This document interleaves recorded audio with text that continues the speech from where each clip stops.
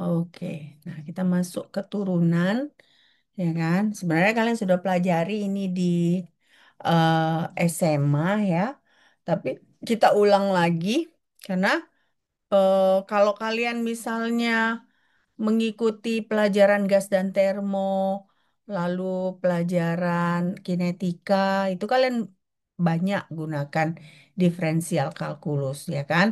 Nah, terutama di pelajaran misalnya gas dan termo gitu kan, kalian misalnya entalpi kan, H, mana pernah kita hitung H gitu ya, tapi yang kita hitung itu delta H gitu ya.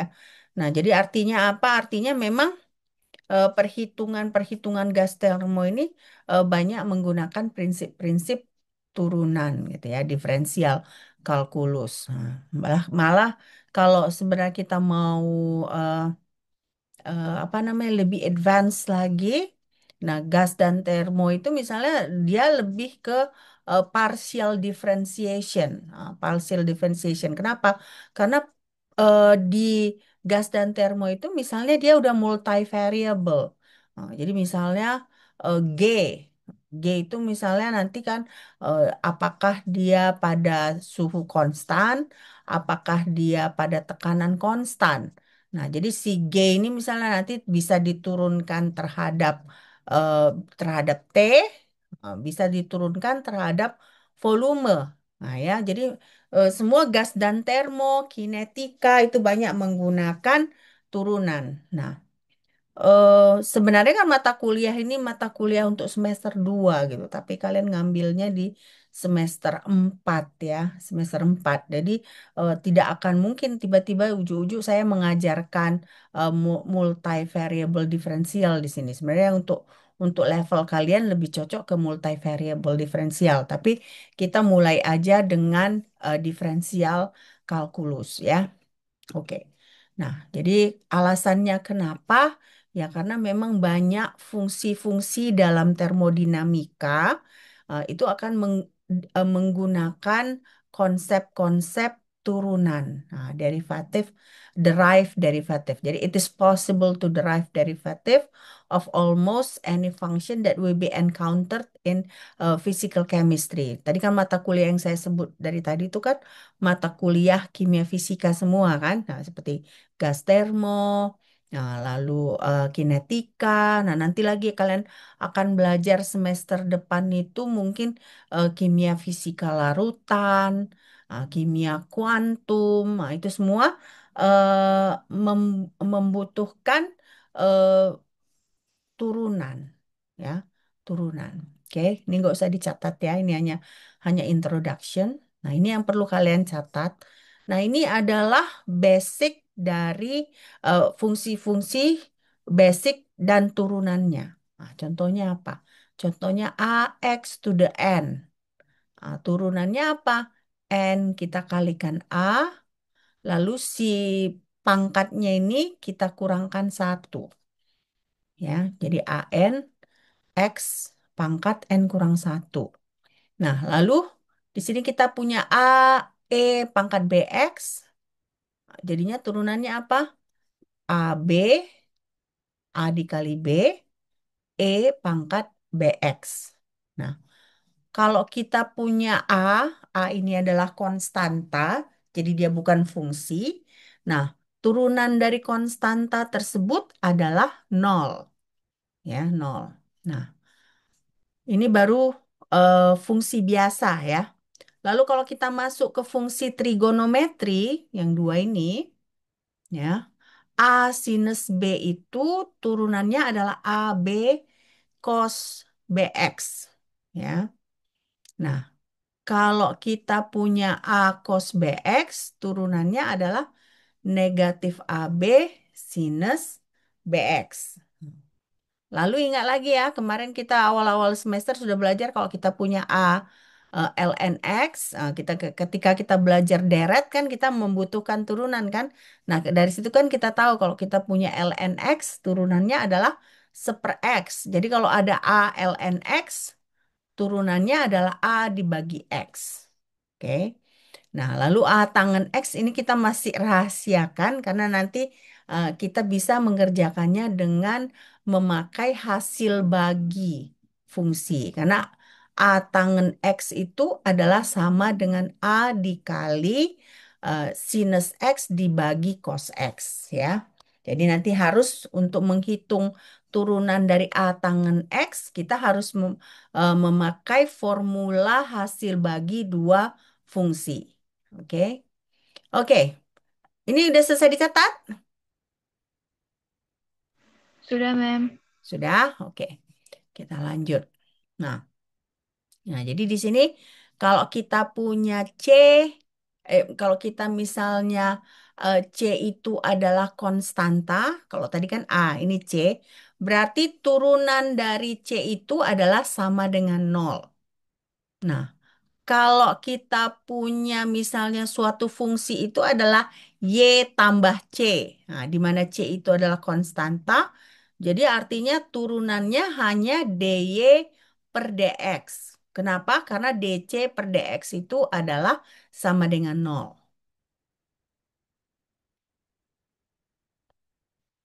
Ya.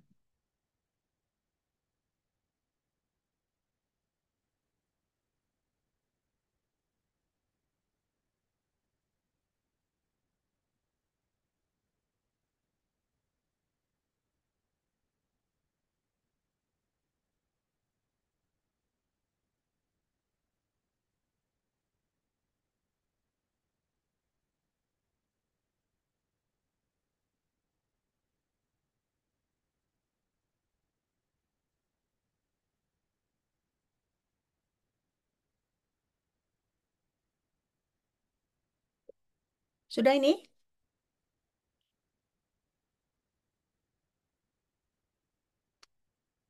Sudah, Mem. Sudah ya. Oke. Nah, bagaimana kalau misalnya si konstanta itu kita kalikan dengan suatu fungsi? Nah, jadi kita punya fungsi itu C dikali Y. Nah, berarti kan C ini konstanta tadi kan? Nah, berarti turunan dari C kali Y itu adalah C dikali DY per DX. Ya, C dikali DY per DX.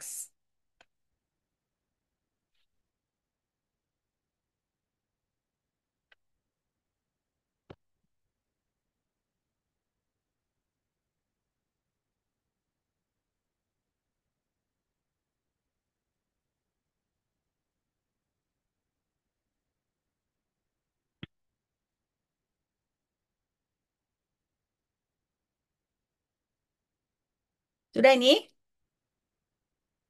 Sudah, Mem. Sudah ya. Oke.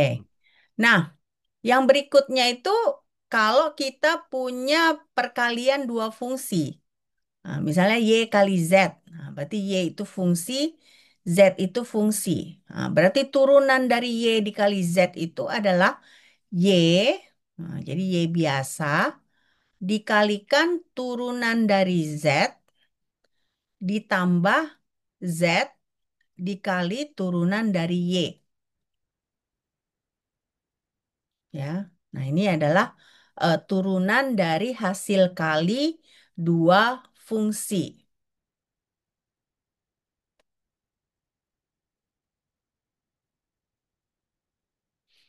Sudah? Sudah ini? Belum, Mem. Belum, oke. Coba catat dulu.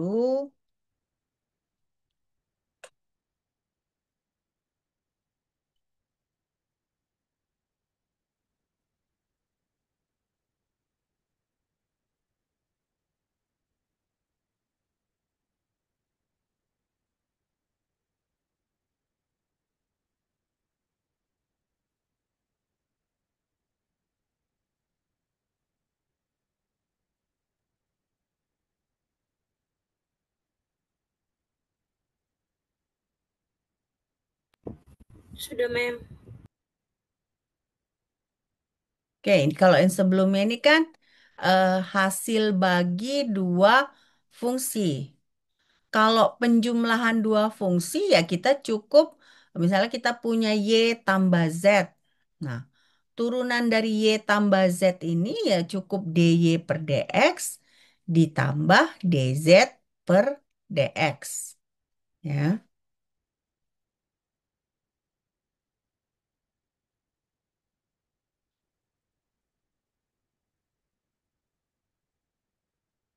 nanti kita ada banyak latihan-latihan yang kita bisa kerjakan ya, supaya kita mengerti penggunaan semua properti dari turunan ini tadi ya.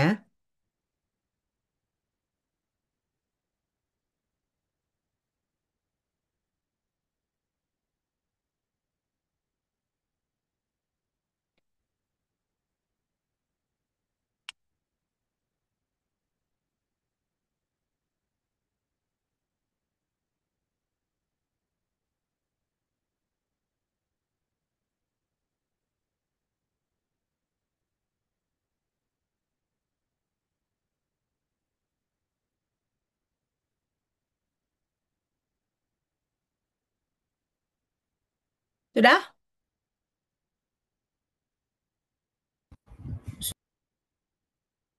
Sudah ya. Oke, nah sekarang kalau pengurangan ya, kalau ini kan tadi penjumlahan dua fungsi, pengurangan dua fungsi, ya sama aja. Kalau kita punya Y dikurang Z, berarti turunan dari Y dikurang Z itu adalah DY per DX dikurang DZ per DX. Ya. Artinya berarti kalau kita punya fungsi itu Y kurang Z, berarti turunannya adalah turunan dari fungsi Y dikurang turunan dari fungsi Z.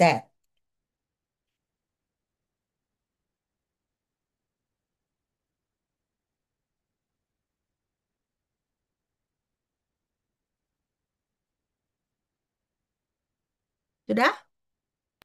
Sudah, Mem. Oke.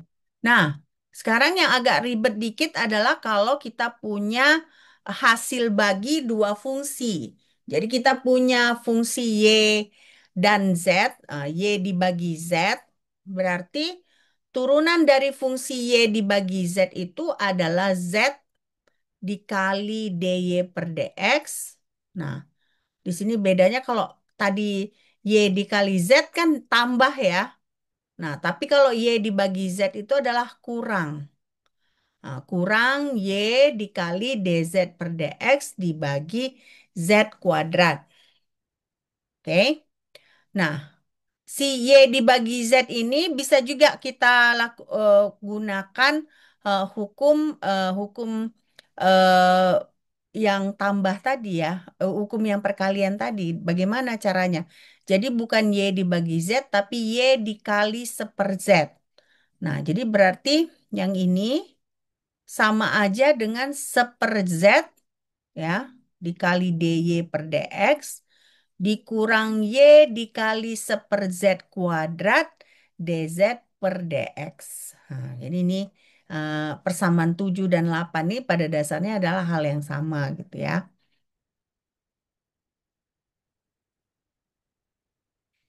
Jadi tergantung misalnya fungsinya seperti apa, apakah lebih mudah menggunakan yang 7 atau lebih mudah menggunakan yang 8. Nah, jadi kita kita bisa gunakan metode 7 atau metode 8 tergantung fungsi apa yang kita punya. Oke?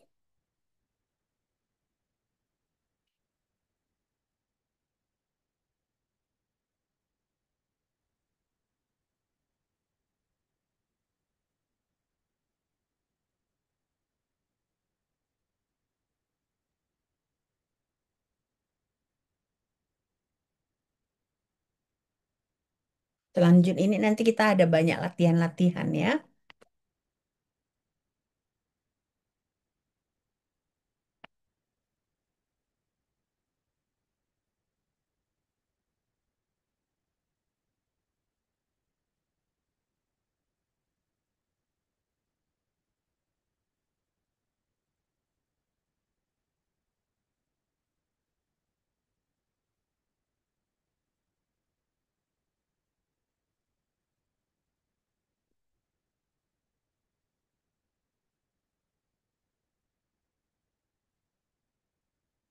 Sudah? Oke, kita lanjut ya. Lalu berarti misalnya kalau ini yang berikut yang kita pelajari adalah aturan rantai. Ya, ini saya lupa membuat bahasa Inggrisnya.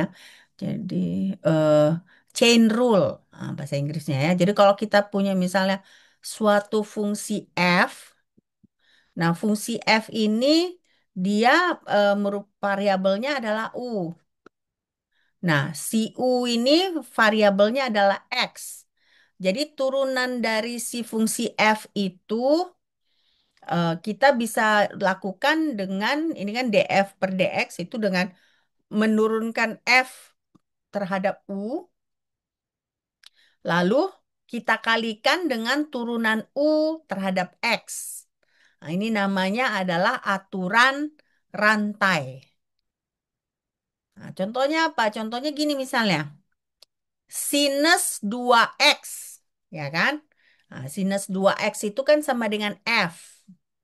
Nah, di situ kita harus tentukan u-nya yang mana. Nah, untuk gampangnya U-nya itu adalah 2X. Nah, jadi 2X ini kita bisa anggap sebagai U. Nah, jadi berarti kan DF per DX itu kan sebenarnya DF per DU dulu. Jadi kalau kita punya sinus U, turunan sinus U apa? Cos U, mem. Cos U, Mem. Jadi DF per DU di sini adalah cos U. Nah, baru DU per DX apa? Tadi U sama dengan 2X, ya kan? Berarti DU per DX apa? 2, ya kan? Turunan dari 2X kan 2.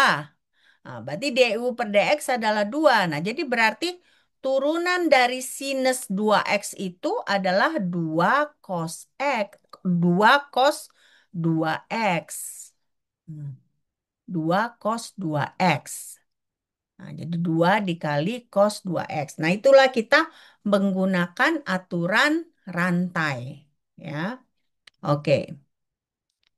Nanti banyak banyak apa ya. Nah, inilah makanya saya bilang tadi F itu ya sinus 2X itu bisa kita anggap sebagai fungsi komposit.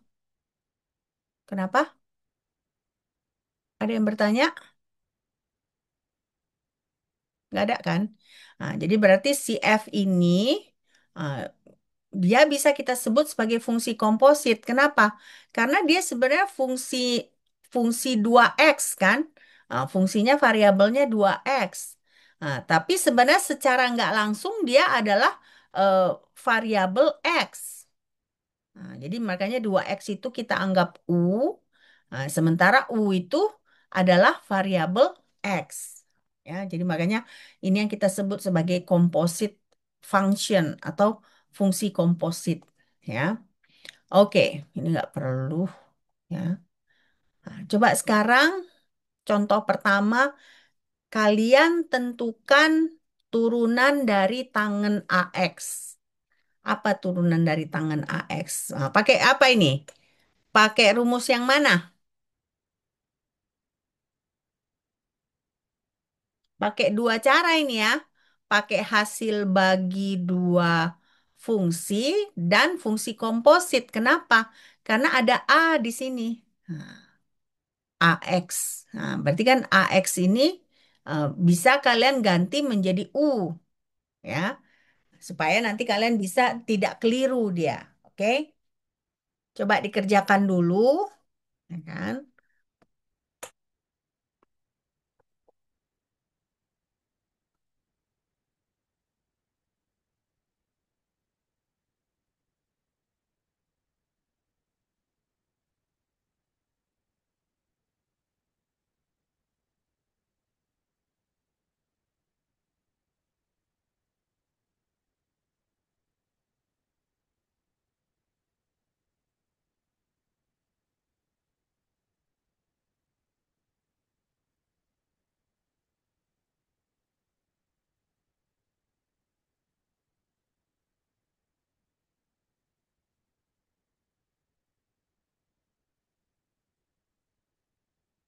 Berapa dapatnya?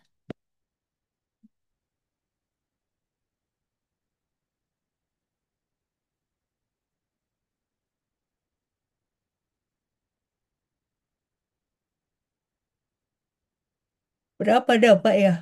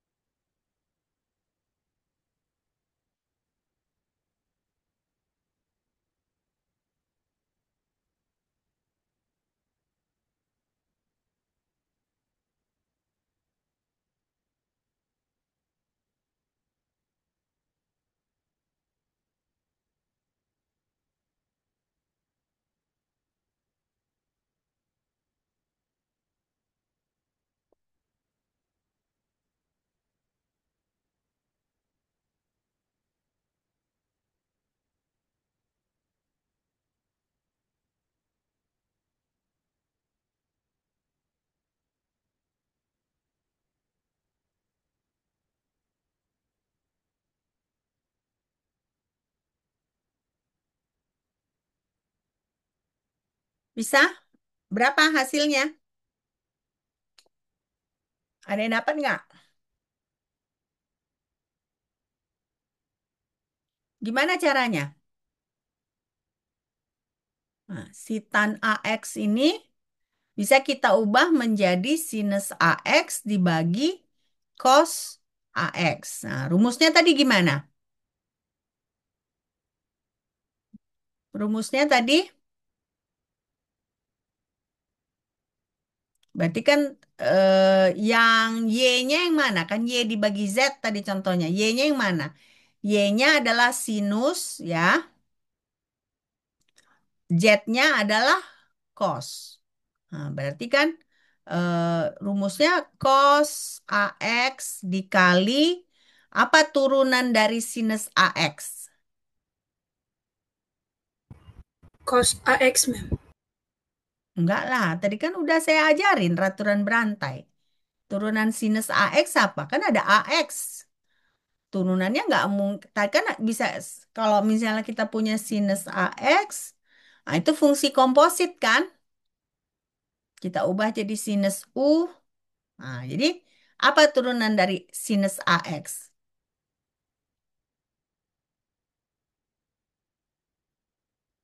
Apa? Nggak ngerti kalian ya? Nggak ngerti aturan berantainya? Ngerti atau nggak? Kurang ngerti, ma'am. Kurang ngerti. Izin, Mem. Saya Hmm. Lisna S. Brian hadir, Mem. Aduh Lisna, kita lagi belajar loh. Lagi belajar kan? Tadi saya panggil nggak ada. Tiba-tiba ujuk-ujuk kamu Iya, maaf, Mem. apa gitu. Tadi saya panggil loh berapa kali? Maaf. 2 kali loh saya panggil. Jangan Tadi pura-pura lagi-lagi kita karena jaringan. jaringan-jaringan. Gampang kali kalian bilang jaringan.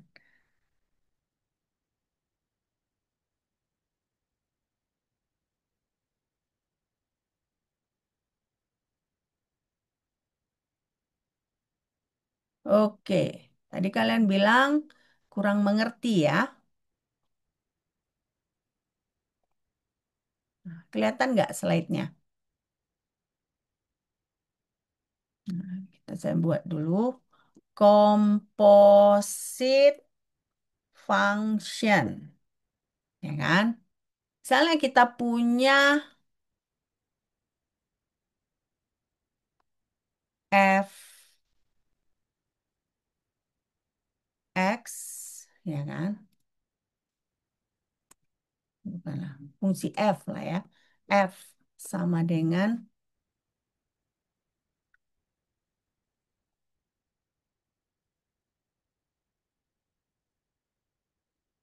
sinus AX. Nah, tadi saya bilang fungsi komposit kan.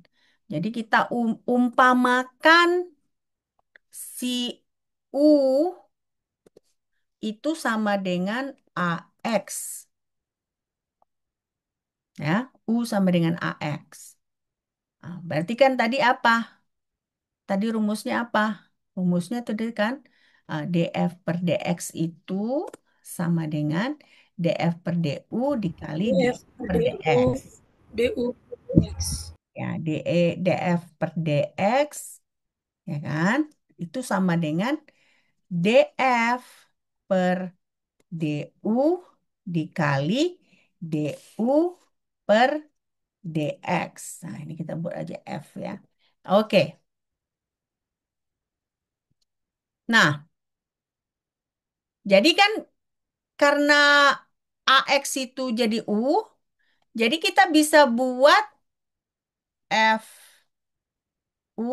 sama dengan sinus U. Benar nggak? Nah, oke. Nah, jadi berarti bisa kita buat DF per DX itu, ya kan?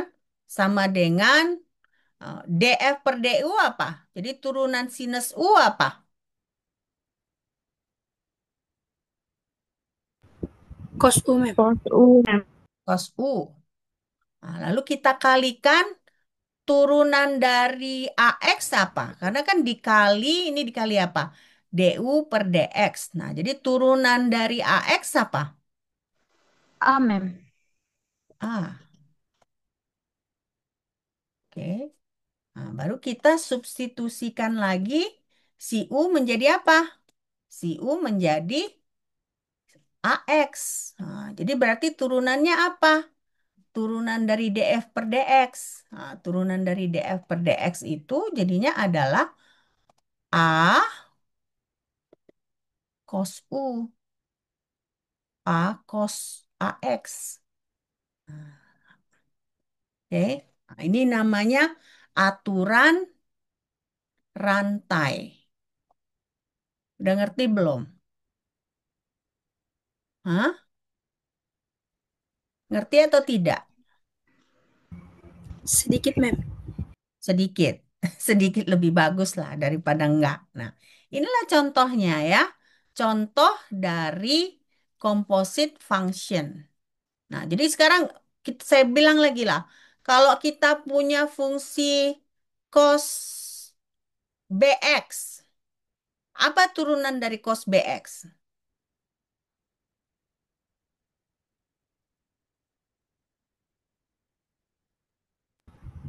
Minus B cos B. B sin AX, mem. Apa? B sin Minus BX. Minus B sinus Sin BX. sin X. BX. Jangan lupa minusnya ya. Minus B sinus BX. Nah, karena sama juga kan. Eh, bisa kita ubah jadi cos U, ya kan? Kita turunkan dulu cos U. Turunan cos U apa? Negatif sinus U. Nah, turunan U terhadap X apa? Adalah B. Nah, jadi makanya turunan dari cos BX itu adalah negatif B sinus BX. Oke? Udah jelas ya? Ini udah dicatat belum ini? Udah dicatat belum? Sudah, ma'am. Sudah. Nanti saya buat nih, saya buat di sini. Inilah itu namanya chain rule, ya, chain rule. Oke, chain rule itu adalah jadi DF per DX itu ada DF per DU dikali DU per DX. Nah, ya, oke.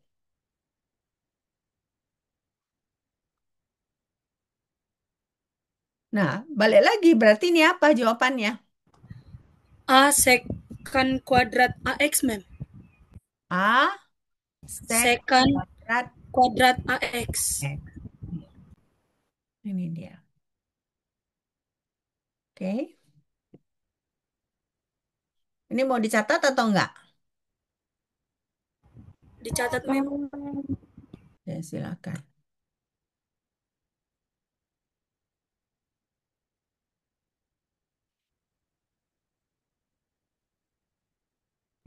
Mem, kalau mau mengikuti cara yang lebih sederhana yang dibuat mem tadi, bisa, mem. Maksudnya? Yang pakai ini kan mem, dia kan agak panjang jawabannya kan, mem. Cuman kalau yang saya buat itu dia cuman kayak uh, AX-nya itu saya ganti juga jadi U. Terus FU sama dengan tangen U. Terus df per dx sama dengan sekat kuadrat U dikali A. Baru df per dx sama dengan A sekan kuadrat AX. Itu kan kamu dengan asumsi kamu tahu turunan tan X itu apa kan? Ini kan saya dengan asumsi kalian nggak tahu apa turunan tangan AX. Nah, ini kan saya makanya saya ubah tadi kan tangan AX. Kenapa? Kita mau berlatih juga menggunakan formula hasil bagi dua fungsi, ya kan? Memang kalau kita tahu turunan tangan AX ya langsung aja kita buat eh, yang rumus tadi. Tapi kalau misalnya kita nggak tahu, kita nggak hafal. Nah, kan harus kita kerjakan ini. Nah, makanya ada jalan panjang, ada jalan pendek ya. Jalan pendek kalau kita hafal ya. Nah, either way bisa. Tapi kalau yang kayak kamu bilang itu persyaratannya kamu harus tahu apa turunan tangan X. Nah, tadi kan di awal saya nggak ada bilang kan tangan X itu apa karena kita mau berlatih menghitung menggunakan hasil bagi dua fungsi. Oke? Sudah ini? Belum, Mem. Belum. Oke, silakan dicatat.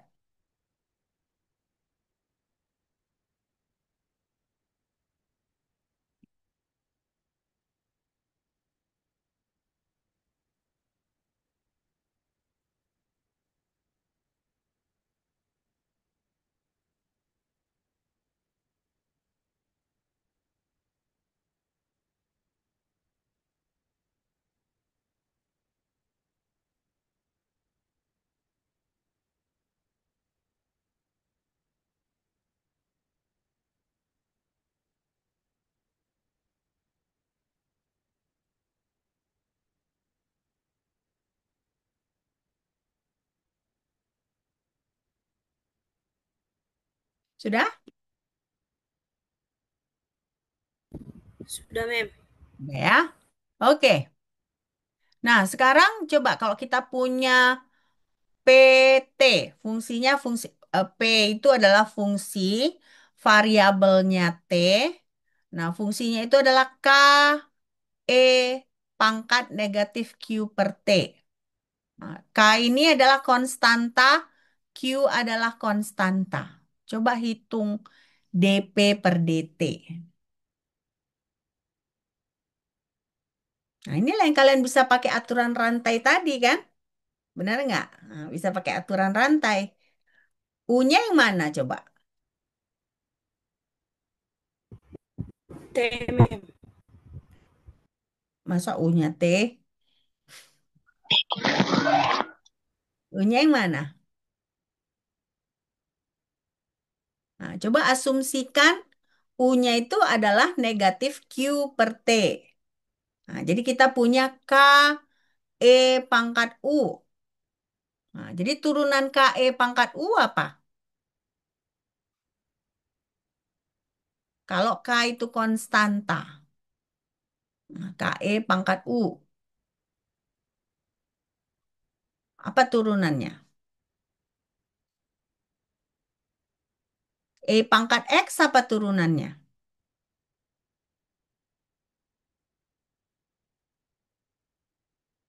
E, Mem. E pangkat X juga, bukan E ya. Ah, tetap E pangkat X. Ya, jadi E pangkat X itu turunannya tetap E pangkat X. Nah, jadi berarti kalau K E pangkat U turunannya apa? Nah, tadi K ingat lagi tadi pangkat aturan-aturan yang tadi. Kalau ada konstanta dikali fungsi, turunannya apa? Ini kan konstanta dikali fungsi. Fungsinya kan E pangkat U. Nah, K konstanta. Tadi kita tahu E pangkat X itu turunannya E pangkat X. Nah, jadi turunan dari K dikali E pangkat U apa? Apa jadinya? Sama ya, Mem. Tetap KE pangkat X. Ya, KE, KE pangkat U. Jangan pangkat X. Karena kan tadi kita ubah kan. U-nya apa tadi? Negatif Q per T. Nah, jadi berarti DF, DP per DU-nya udah dapet ya. Nah, DP per DU-nya adalah KE pangkat U. Nah, sekarang DU per DT-nya berapa? Jadi apa turunan negatif Q per T? Apa turunan negatif Q per T?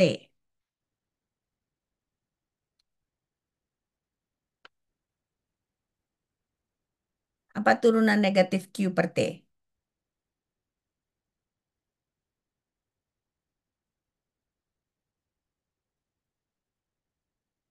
Coba pakai hasil bagi dua fungsi aja.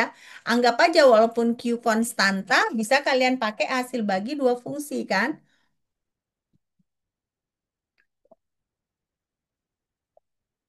Jadi buat aja.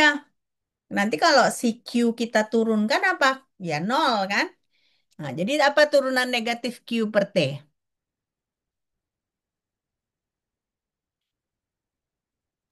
Nol, Mem. Enggak lah, masa negatif Q per T turunannya nol? T-nya kan fungsi. Apa jadinya turunannya? Tadi kalau misalnya Y dibagi Z, bagaimana menurunkannya? Kalian berarti tadi yang kalian catat, kalian udah lupakan ya. Kok agak susah ngajar hari ini. Mungkin kalian nggak ke sini pikirannya karena liburan ya.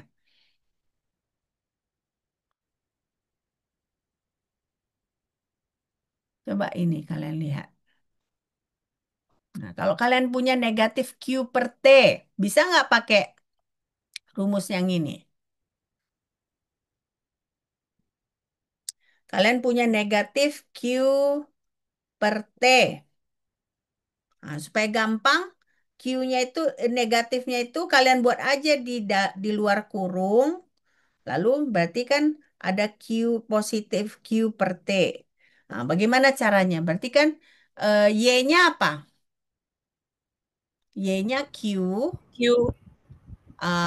Z-nya T. T.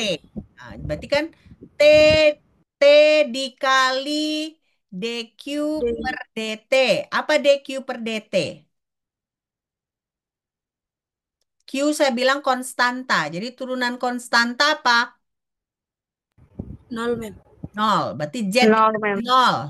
Nah, Z dikali nol. Berarti nol kan? Hmm.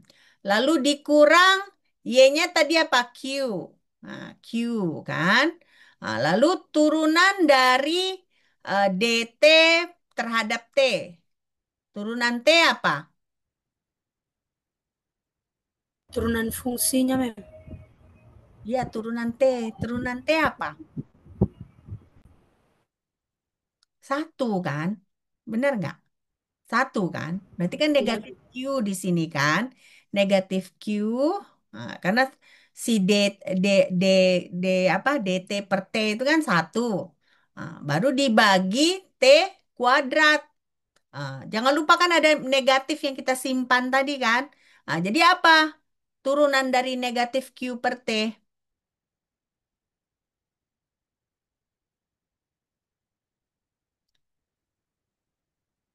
Apa jadinya?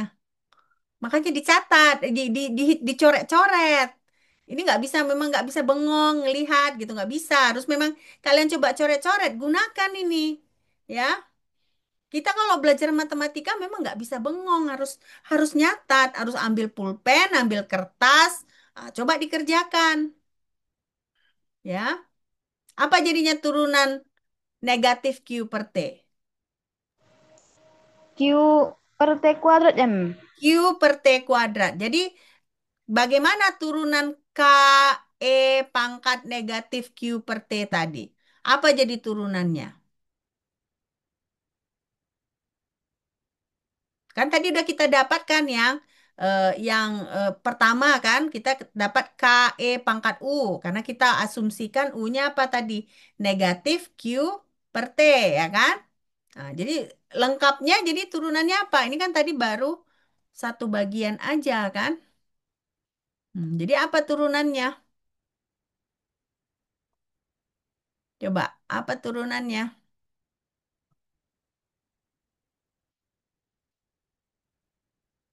Ada yang tahu? Turunannya, Mem, jadi KE pangkat Q per T kuadrat. Enggak lah, enggak pangkat lah. Berarti kamu tadi belum jelas.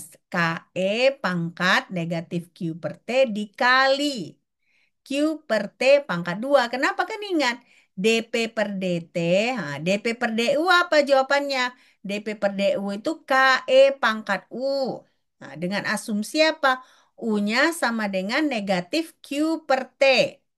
Nah, lalu kan tadi yang kita heboh tadi apa?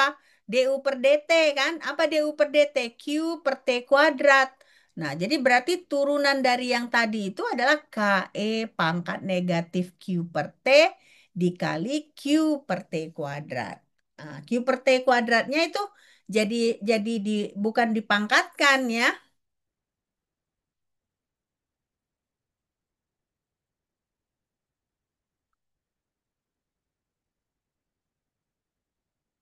Bentar ya.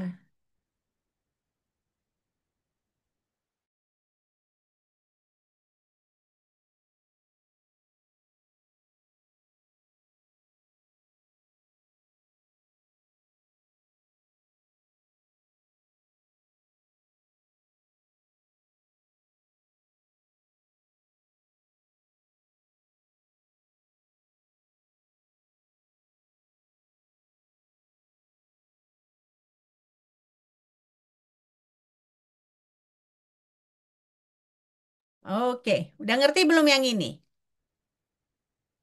Udah ngerti belum? Sudah, Mem. Udah ya. Oke, udah selesai dicatat? Sudah, Mem. Oke.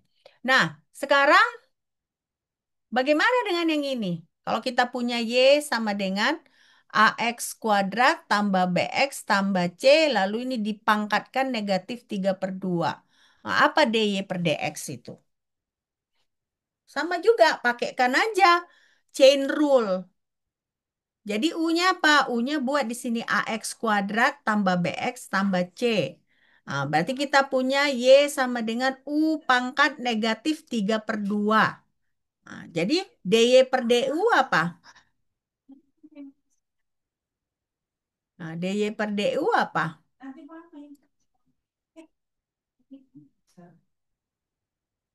Coba DY per DU. Kalau misalnya kita anggap U-nya itu adalah AX kuadrat tambah BX tambah C. Nah, jadi U-nya sama dengan AX kuadrat tambah BX tambah C. Berarti kan Y-nya itu U pangkat negatif 3 per 2. Nah, jadi DY per DU apa? 2AX ditambah B, Mem. Itu DU per DX. Nah, saya bertanya DY per DU. Apa DY per DU-nya? Setengah U pangkat minus setengah. Setengah negatif 3 per 2 U pangkat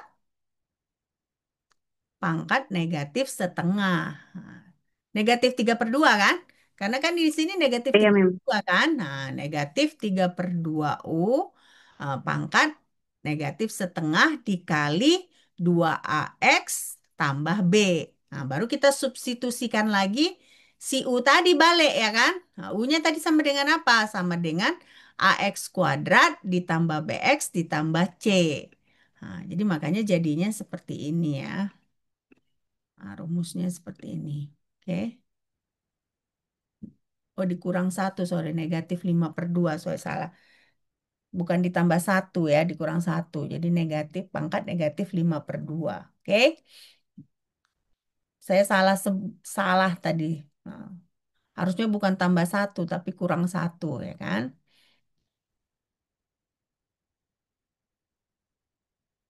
Coba catat biar kita kerjakan lagi yang berikutnya ya.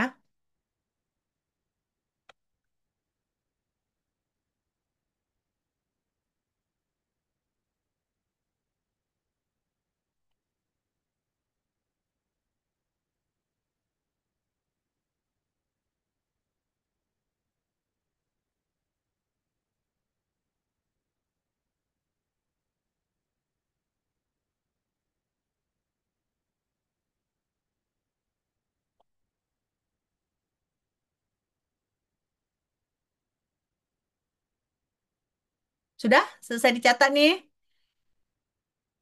Belum, Mem. Belum? Oke.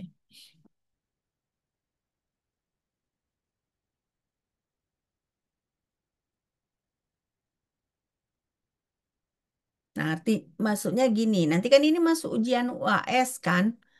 Coba nanti kalian latihan-latihan, banyak itu soal-soal ya, soal-soal yang bisa kalian pelajari dari textbook gitu. Nah, ini kan kita udah banyak latihan juga kan. Tapi kan kalau misalnya kalian nggak latihan, nanti kalian nggak akan bisa. Oke. Untuk satu soal kalian mengerti, tapi kalau kalian nggak latihan, nggak akan bisa. Matematika harus latihan kalian. Latihan soal sebanyak mungkin. Nah, sampai kalian mahir. Ya, memang harus belajar. Minggu, memang kita masih ujian kapan? Masih tanggal ini ya. Saya janjikan tanggal berapa kita ujian? Hari Selasa ya, bukan Selasa depan ini, tapi Selasa Tanggal 10, berikutnya Mem. lagi kan. Nah, jadi artinya kalian harus waktu yang ada harus belajar gitu. Nggak bisa, walaupun open book, mana bisa ya kan? Oke, udah ya, udah selesai kan? Oke, nah ini sekarang beda lagi. Kita tahu P itu adalah KE pangkat negatif Q per T. Tapi yang ditanya apa itu turunan LNP terhadap T? Apa turunan LNP terhadap T?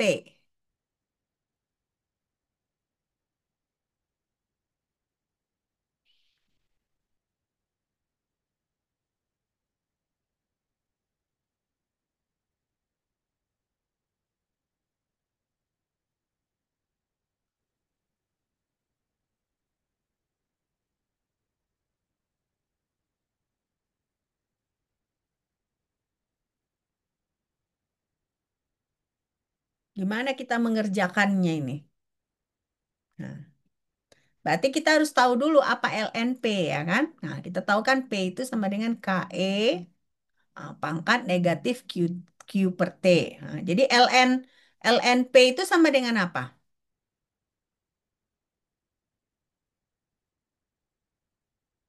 Ingat lagi aturan-aturan LN kemarin kan? Nah, ini kan berarti perkalian kan? Kalau ada perkalian LN itu sama dengan apa?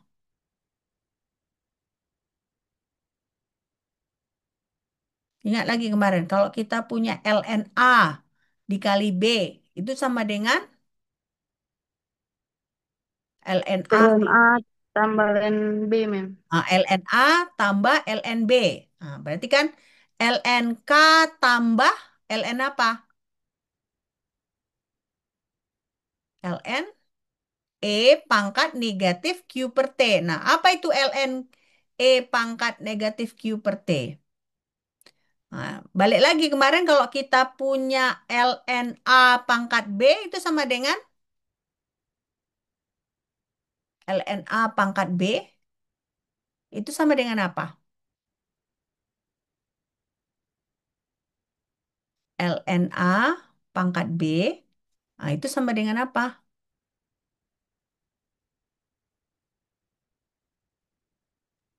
Sama dengan B, Mem. Sama dengan B dikali LNA. Enggak saya bilang LNE pangkat B ya. Kan saya bilang LNA pangkat B. Nah, memang kalau LNE pangkat B hasilnya adalah B ya. Karena LNE itu satu. Nah, jadi berarti di sini LNK. Jadi LNP itu LNK diapakan? LNK. Jadi apa LNP? Apa LNP? Hah? Apa jadinya LNP? Kita akhirin aja ya perkuliahannya. Kalian kayaknya nggak fokus ini ya.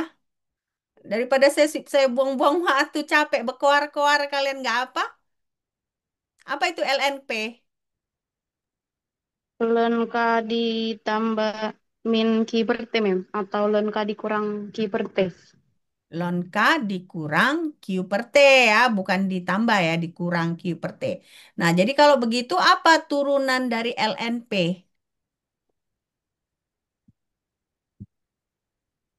K tadi kan konstanta, berarti ln K itu kan konstanta. Nah, turunan ln K apa? 0, Mem. Nol, mem. Nah, terus tadi kan kita udah belajar kan, negatif Q per T itu turunannya apa? Q per T kuadrat, mem. Nah, jadi berarti turunan ln P apa?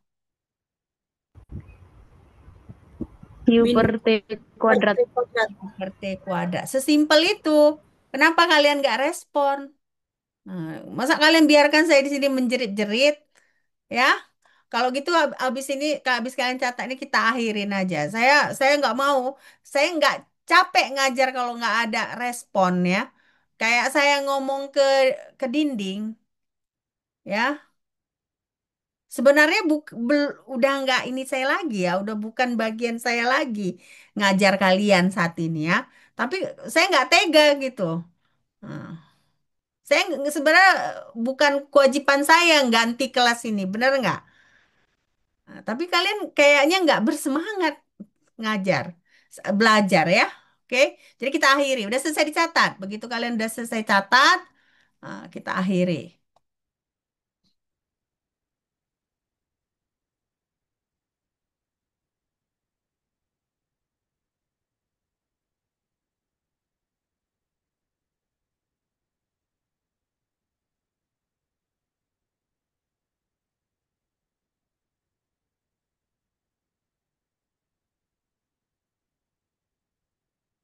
Sudah? Sudah selesai? Sudah, mem. Oke, sudah. Kalau begitu kita akhiri aja. Sampai jumpa di pertemuan terakhir ya. Ini udah pertemuan 13 ya. Kita masih ada satu pertemuan lagi sebelum UAS. Oke, sampai jumpa. Bye.